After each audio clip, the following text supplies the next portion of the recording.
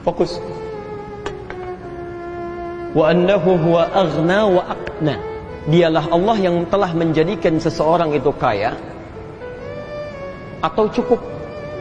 Oke, lawannya cukup atau cukup.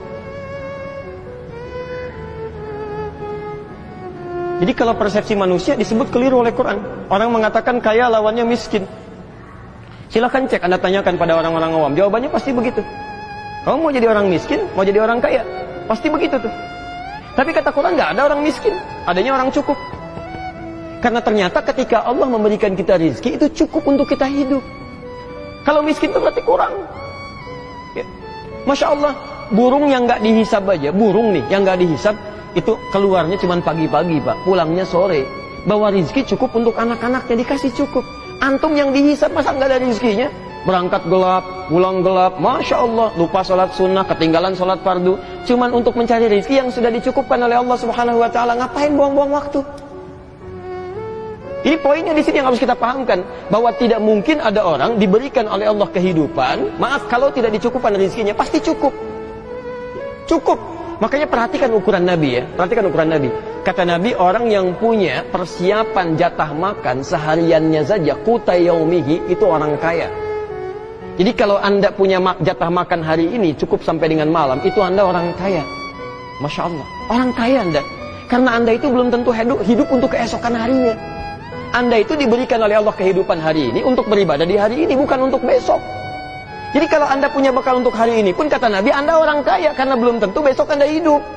Ini ada orang nyari rezeki, Masya Allah, persiapan untuk 10 tahun ke depan, 15 tahun ke depan, besok aja belum tentu hidup. Di sederhana konsepnya, Anda silahkan rencanakan, ini pekerjaan begini, begini, begini, silahkan. Tapi jangan sampai berlebihan dalam merencanakan pekerjaan untuk mendapatkan rezeki yang sudah Allah atur, sehingga meninggalkan kepentingan prioritas Anda untuk ibadah pada Allah Subhanahu Wa Taala. Kalau konsep ini sudah datang, hidupnya tenang. Yang dituntut oleh Allah pada Anda bukan untuk mendapatkan rezeki sebanyak-banyaknya. Yang dituntut cuma ikhtiar. Ayo bekerja.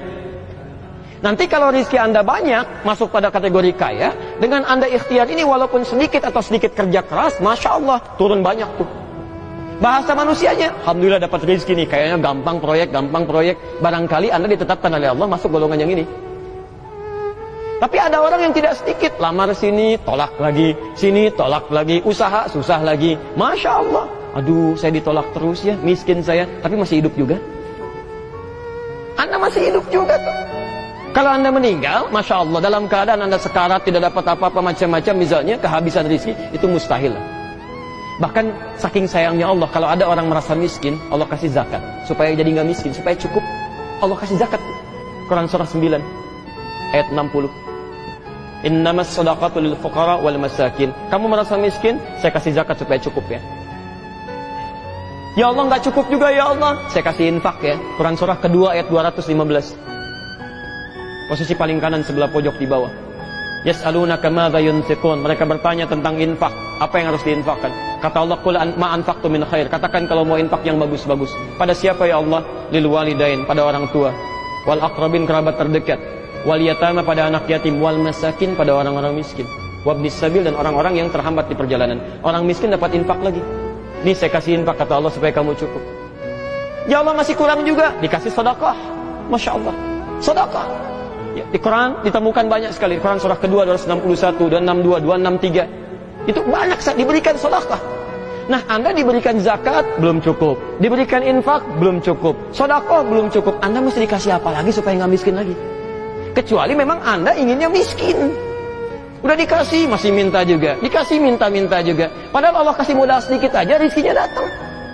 Silahkan tuh lihat yang di luar-luar itu. Ya, pinggiran jalan modalnya cuma peluit Pak. Datang 2.000, gitu kan? Atur.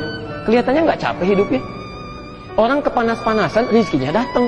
Masa Anda yang duduk dalam keadaan tenang, AC-nya nyaman, kadang-kadang bisa tiduran di kantor masih mengeluh juga. Anda butuh berapa lagi? Yang bikin nggak cukup itu perasaan Anda yang